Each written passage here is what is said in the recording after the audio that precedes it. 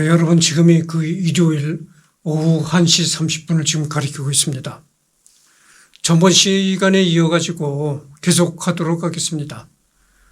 전번 시간에 바로 여기 전에서 이제 끝맺었는데요. 이번엔 그 일본 유학 시절을 리딩할 차례입니다.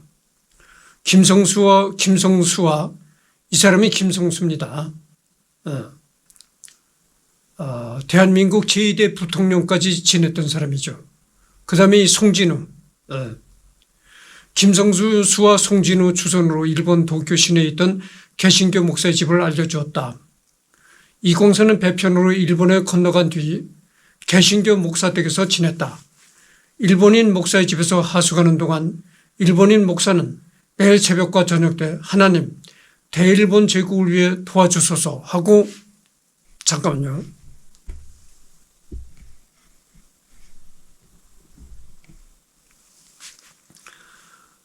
하고 기도하는 것을 보았다. 이후 그는 하나님과 정의, 도덕이란 존재하는가에 대해 깊이 회의하게 되었다. 또한 강대국이 약소국을 침략하고 강자가 약자를 억압하는 제국주의를 하나님이 구제하지 않는가? 과연 정의란 존재하는가를 끊임없이 의심하게 되었다. 이후 그는 죽을 때까지 기독교를 믿지 않았다. 겁니다.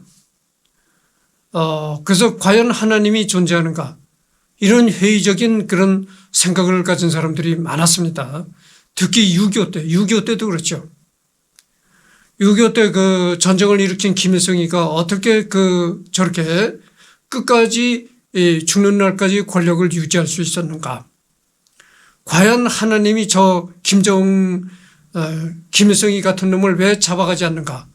이런 그래서 과연 하나님이 존재하는가 이런 회의적인 생각을 했던 사람들이 많았었습니다.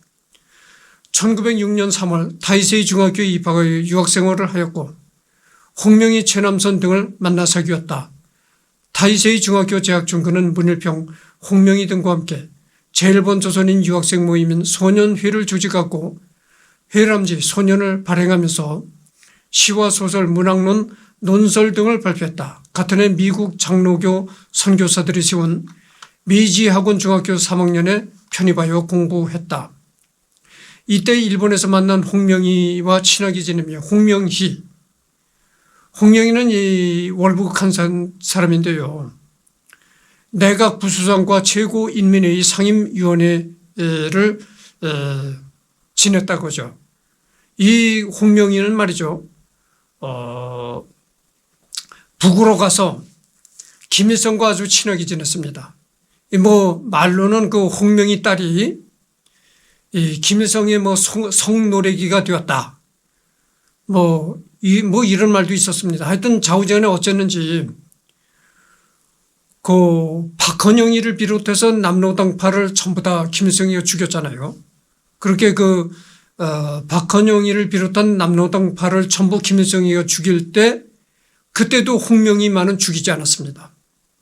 그래서 홍명희는 김일성이한테 죽질 않고 끝까지 이제 수명을 다했던 것이죠. 수명을 다해서 이제 북한 땅에서 늙어 죽은 겁니다. 그래서 홍명희의 딸이 김일성이의 성누리기 역할을 했다. 그런 소문도 있었어요. 근데 그런 얘기가 잠깐만요.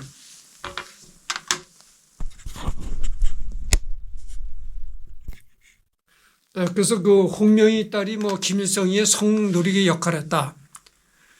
이런 얘기가 있는데 그건 어디까지나 검증이 안 된 얘기고. 하여튼 그렇습니다. 그래서 남한 출신의 남로당 출신들이 다 숙청당에서 죽을 때 홍명희는 홍명희만큼은 유일하게 살아남아서 끝까지 수를 다했다. 이렇게 이제 말합니다. 이때 일본에서 만난 홍명희와 친하게 지내며 그로부터 영향을 받고 톨스토이를 소개받았다고 한다. 여러분 톨스토이 아시잖아요. 러시아의 소설가 톨스토이. 이어 일본 유학 중 프리드리 니체의 무신론과 불가지론, 에른스트 해켈의 적자생존론과 찰스 다윈의 진화론 등을 접하고 두루 설립하였다. 그러니까 이 벌써 그 중학교 때 그 최남선, 홍명희와 친하게 지냈고, 그 다음에 그 여러 그 서양의 사상가, 소설가들의 그 책을 설립하였다. 이런 얘기입니다. 1907년 메이지 학원 중학부 3학년에 편입학하였다.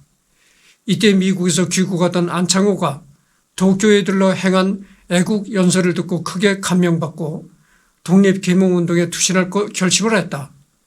장로교 선교사들이 복음주의 신학을 고집하여 세운 메이지 학원의 분위기에 처음에는 쉽게 적응하지 못했으나 적응해 감에 따라 청교도 생활을 흠모하게 되고 서양 선교사들의 성서 공부 시간에 익힌 기독교 생활을 하기로 결심하였다.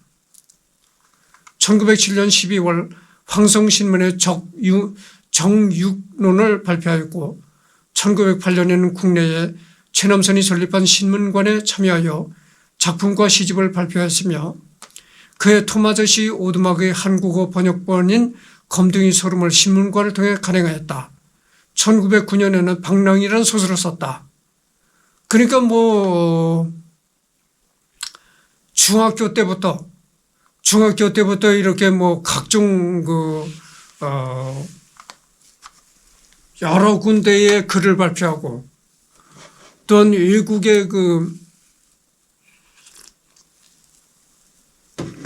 외국의 작품들도 번역하는 그런 활동을 했다고 하죠.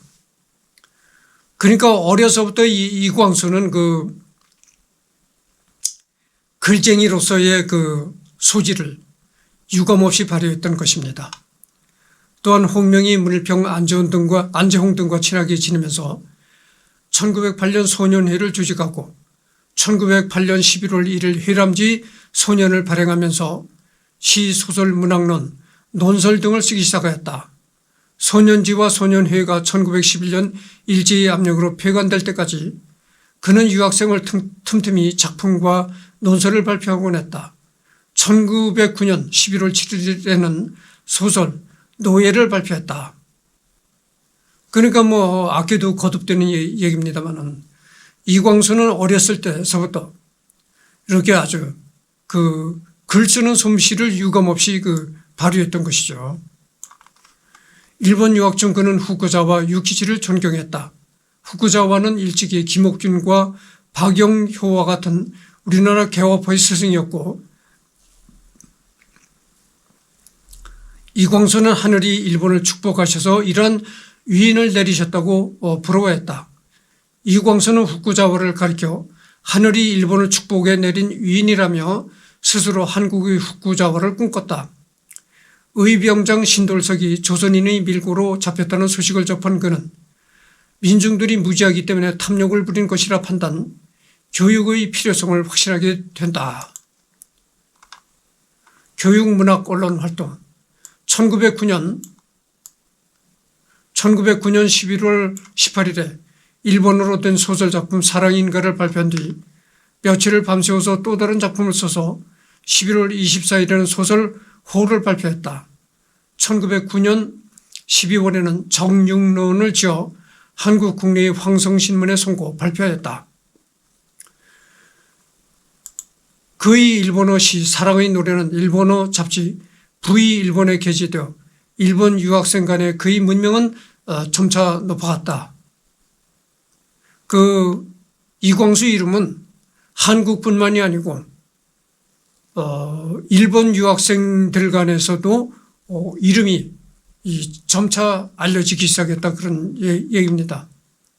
그러니까 그 일본 유학생들 간에도 그 이광수라는 이름이 점점 이 글 쓰는 문필가로서 이름이 잦아지기 시작했다 이런 얘기입니다. 1910년 3월 23일부터 24일까지 이틀 동안 총 4회에 걸쳐 쓴 여행의 잡감을 발표했다. 여행의 잡감이라는 것은 이제 여러 가지 그 잡된 감상문이다 이런 얘기죠. 춘원은 당시 본명 대신 이보경이라는 이름과 고주라는 필명을 사용했다. 여기서 춘원은 일본과 조선의 풍경을 대비하면서 조선의 소년들에게 일어나라 우리 소년 제군이라고 촉구한다. 오늘은 부산진의 장날에서 많은 백의의 우리나라 사람이 소를 찾아 모이던 것을 목격했소이다. 흰옷을 입고는 있었으나 마음은 희지 않은 듯 보였소이다. 또한 특별하다 느낀 것은 소와 우리나라 사람의 대여소이다. 다른 것이 아니라 소는 용케 그 나라 사람의 상태, 성질을 나타내고 있다는 것이다. 바꿔 말하면 소는 우리나라 사람들의 심볼이라고 생각되어 정이 떨어지는 차제이요 오라, 소의 심볼을 버리고 호랑이 심볼을 얻으면 언제의 일이런가. 일어나라 우리 소년치군. 한산은 늙어서 그 푸름이 황모로 바뀌고 황모마저도 벗겨져 얼마 남지 않았으니 수천의 한산이 완전히 붉은 사막이 되어버렸으면 의심의 여지가 없소이다. 이런 글귀는 이제 1910년 3월 24일 경부선 열차 안에서 이 글을 썼다고 합니다.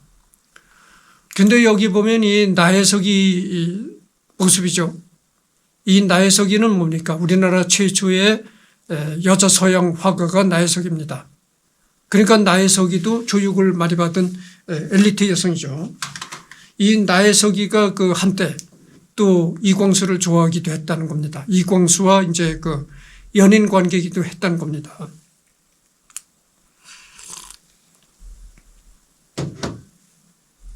그러니까 허영숙이 이광수를 좋아하기 전에 나혜석이가 또 이광수를 좋아했었다 그 말이죠. 그러니까 이때는 그 교육받은 사람이 상당히 적었어요. 그러다 보니까 교육받은 남자들이 별로 없다 보니까 이렇게 교육을 받은 여자들이 하나같이 이광수에 매달렸다. 이런 것을 알 수가 있습니다. 그러니까 교육을 받은 남자들이 적었어요. 그러니까 그렇게 이광수한테 이제 연정을 품은 것이죠. 그랬다가 이제 나혜석이하고 이광수가 한때는 연인 관계였었는데 그 후에 또 허영숙이가 나타난 것이죠. 소년제군이여 이것을 듣고 어떤 느낌을 일어나느냐. 천재께서 옥황상제께서 인생을 만들 때에 동등하게 두는 두 손 두 다리를 내려주신 것이 아닌가. 어떤 부족함이 있어서 저들 왜곡에 의해 압제를 받는 것인가. 이목구비를 갖춘 신한소년 제군은 이것을 생각하여 세월을 헛되이 하지 말고 자기 목적과 자기의 천재를 발휘하여 그 목적지를 향해 서둘러라. 신한을 어깨에 짊어질 대한소년들이여. 이런 얘기입니다. 신한. 새로운 한국을 어깨에 짊어질 대한소년들이여. 이렇게 이광수가 이제 글을 써서 외친 겁니다.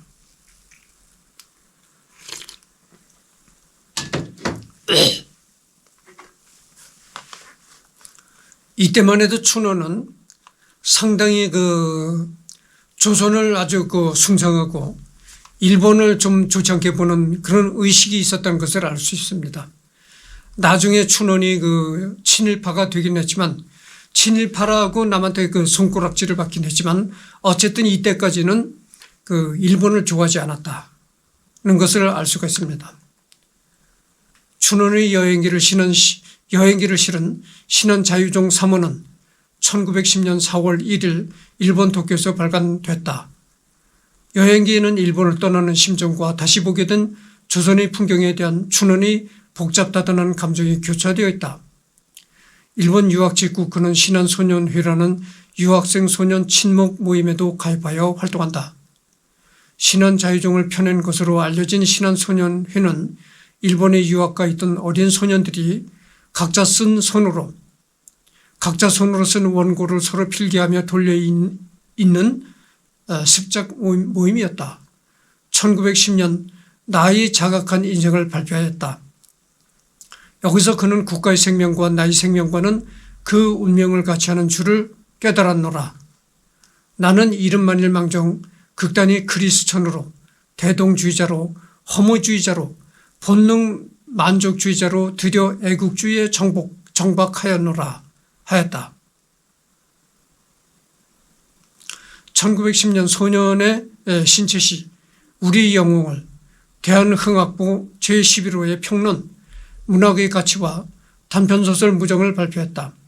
같은 해 1910년 3월 메이지 학원 5학년을 졸업한 뒤 할아버지가 위독하다는 전보를 받고 귀국하였다.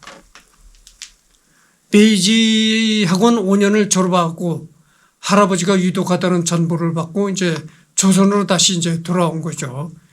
그래가지고 이제 오산학교에서 이제 교편을 잡기도 했었다고 하죠. 1910년 3월 다시 출국하려 했으나 남강 이승훈의 추천으로 정주 오산학교의 교원이 되었다. 그가 오산학교 교사로 있을 때 김소월 등의 담임을 맡기도 했다. 그래서 그 이광수가 잠깐 그 오산학교에서 이제 교편을 잡을 때 김소월이를 가르치기도 했다는 겁니다. 여러분 그 김소월이 유명하잖아요. 시인 김소월을 그 이광수가 한때 그 가르치기도 했었다 이런 얘기입니다. 그리고 그 외에도 오산학교에는 유영모, 그 다음에 1913년에는 그 조만식, 여러분 이 조만식이가 또 유명하잖아요. 그 북한의 그 김일성 정권이 들어섰을 즈음 그때 그 조만식이가 북한에서 그 민족주의자 정치 활동도 하고 그랬었죠. 조만식이가 1913년에 오산학교의 교사로 활동했다는 겁니다. 여러분 이 평양에 있던 이 오산학교에서 그 참 유명한 인물이 많이 배출이 됐습니다.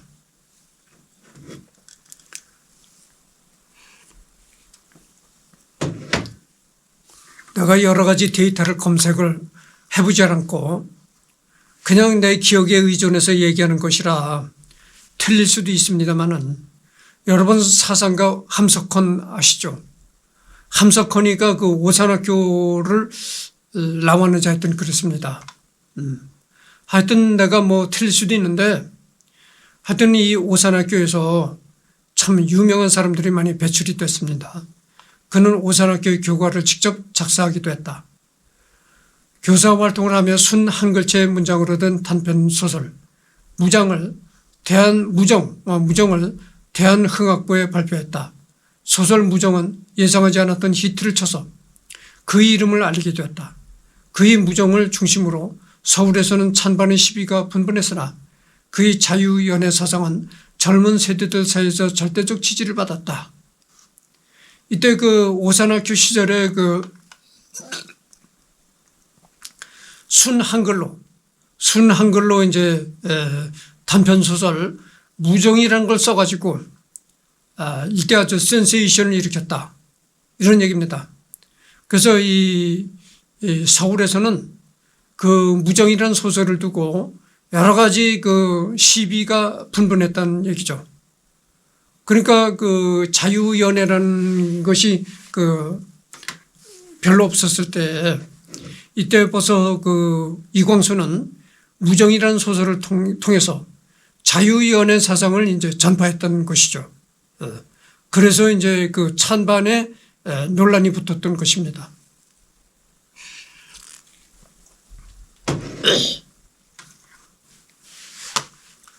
(1910년) 계몽단체 광문회의 회원의 한 사람으로 참여하였다. 광문회에는 박은식, 주시경, 김두봉, 장지연, 홍명희, 변영만, 정인보, 한용운, 고세창, 이광수, 안재홍, 현재명, 안창호 등 제제다사들이 모여 우국의 열정으로 시국 담론, 민족 자결 결의를 다진 한국 근대 정신 발원지기도 하다. 이 광문회라는 그 단체가 참 그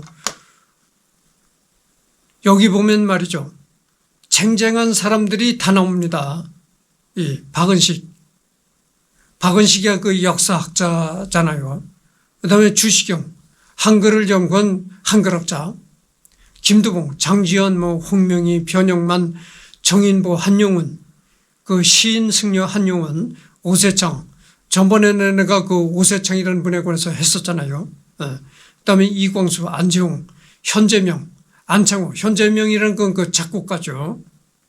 하여튼 내노라 하는 이름 있는 사람들이 다 여기 나오는 겁니다. 내노라는 이름 있는 사람들이 다 이제 광문회의에 가담했던 것이죠. 1910년 시 옥중호고를 발표하였다. 1910년 7월 중매로 만난 1년 연하의 수원 백시 백혜순과 혼인하였으나 날이 갈수록 애정 없는 결혼을 후회하며 실망의 나날을 보냈다. 이후 그는 결혼할 자유와 이혼할 자유를 허락해야 한다는 발언을 하고 다녔다. 또한 이혼은 조선시대의 출처가 아니라 개인의 행복과 보다 나은 삶을 찾아가는 하나의 길이라고 주장하였다. 무의미한 결혼 생활을 억지로 유지하는 것은 서로 간의 필요이자 무의미한 시간 낭비임을 강연과 칼럼을 통해 역설했다. 지금 그 녹화를 시작한 지가 21분을 경과하고 있습니다. 1910년대, 1910년대 이때만 해도 1910년이 어느 때입니까? 한일 합방이 공식적으로 한일 합방이 천명됐던 해가 1910년입니다. 조선과 일본이 한일 합방을 한다고 공표한 해가 바로 1910년이죠. 그때 벌써 이광수는 자유위원회, 자유결혼을 주장하고 외치고 강연하고 다녔다는 겁니다. 그래서 결혼과 이혼의 자유가 있어야 된다. 여기 보면은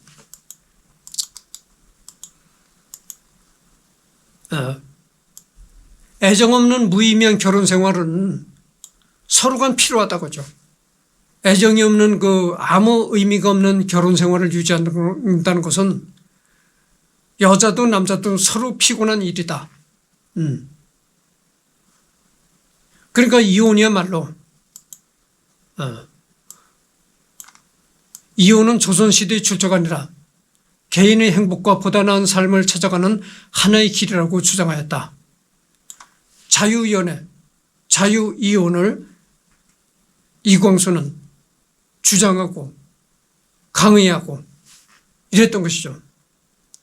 그것이 1910년에 그랬다니까 상당히 이광수가 자유위원회, 자유이혼 이런 분야에서는 참 선각자적인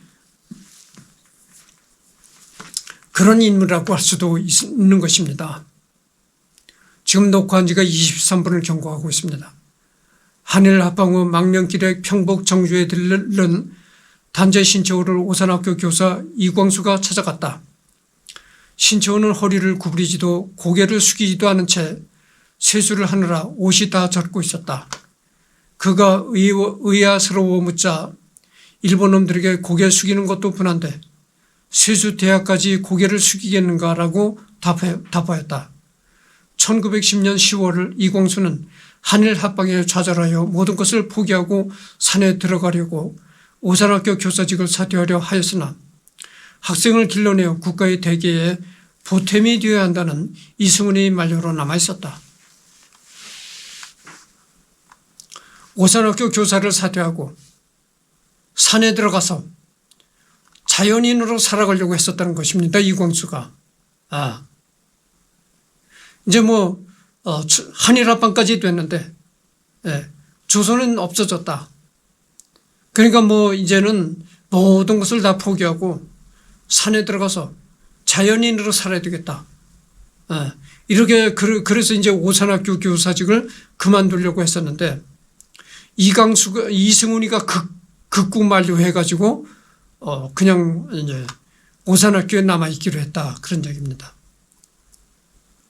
1911년 백오인 사건으로 이승훈이 구속되자 오산학교 학감으로 취임하여 임시교장으로 온 로버트 목사와 함께 오산학교의 실질적인 책임자가 되었다. 이게 오산학교 교장을 지낸 이승훈의 모습입니다.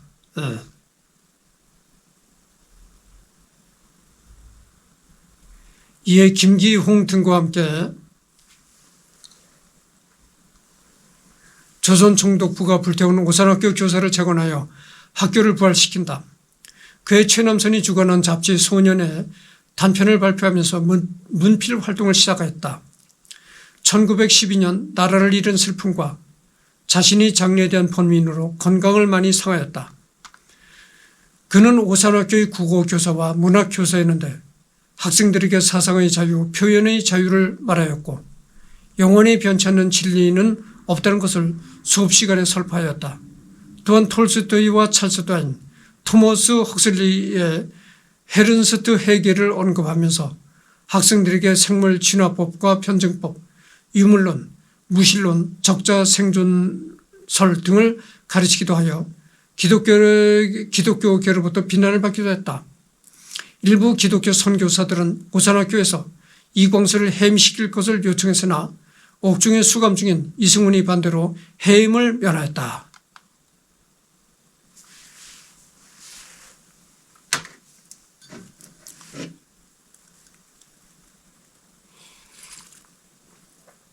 물을 좀 마셔가면서 합시다. 이게요, 여러분들 40분도 내가 예전에는 그 1시간을 했었잖아요. 한 번 시작하면 1시간씩 했었는데 지금은 줄여서 이제 40분으로 줄였단 말이죠. 녹화 시간을. 그러나 40분도 이게 만만치 않은 겁니다. 여러분들 그 혼자서 뭐 여럿이서 이렇게 그 40분을 메고 나간다면 별 문제가 없는데 혼자서 이 40분을 한다는 거 이것도 그런 겁니다. 아무리 뭐 리딩을 한다 하더라도 그래요. 1913년 미국 여성 작가 해리엇 비처 스토어의 검둥이 소름을 한글로 처음 번역하여 신문관에 간행하고 시 말듣거라 등을 새별에 게재하였다. 그러니까 뭐 이때부터 각종 문학 잡지, 그 다음에 뭐 신문, 그 다음에 뭐 여러 경로로 자기의 그 생각, 작품 이런 거를 끊임없이 발표했다 이거죠. 그러나 이광수가 수업 시간에 학생들에게 진화론과 프리드리 니체, 에른스트 헤겔, 적자 생존론, 톨스토이를 가르치는 것이 빌미가 되어 오산학교 임시교장인 로버트 목사와 의견 충돌이 일어나 싸우게 되었고 결국 1913년 11월 오산학교를 떠나게 된다. 독실한 기독교 신자였던 어느 학생의 학부형이 교장인 로버트 목사에게 이를 항의했고 이것이 알려지면서 로버트 목사와 갈등을 빚게 되었다. 1913년 여름 웅천의 어떤 강연에 연서로 초청되어 다녀오는 동안 오산학교의 학생 몇 명이 이광수 배척운동을 했고 학부형들이 동참하면서 확산되었다.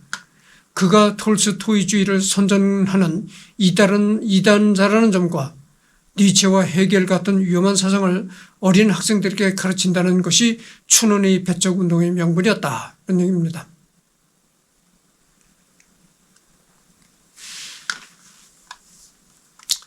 그러니까 이광수가 그 학생들에게 설파하는 뭐 니체와 헤겔 사상 또는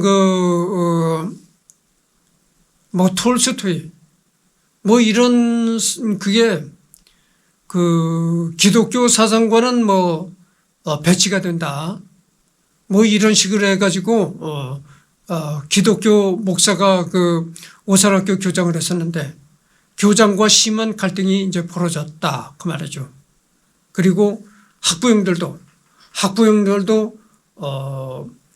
이광수가 가르치는 그 내용들이 기독교적인 사상이 아니다 해가지고 학부형들도 이광수를 배척하기 시작했다는 겁니다.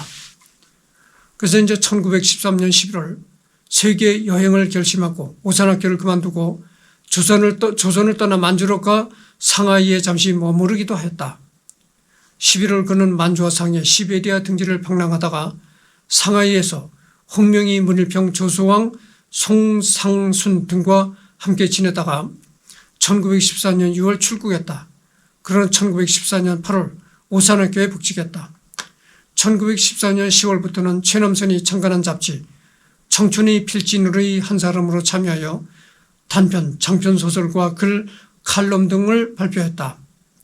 그러나 청춘지는 조선 총독부의 탄압으로 1918년에 폐간되고 만다. 그래서 이제 세계 일주와 일본 유학.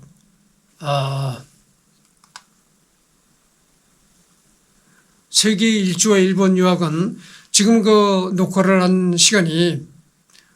시작한 지 30분을 경과했습니다. 40분이 되려면 아직도 한 10분 정도가 남아있는데, 이번에는 이것으로 끝을 맺고, 다음에는 이제 세계 일주와 일본 유학이라는 여기를 또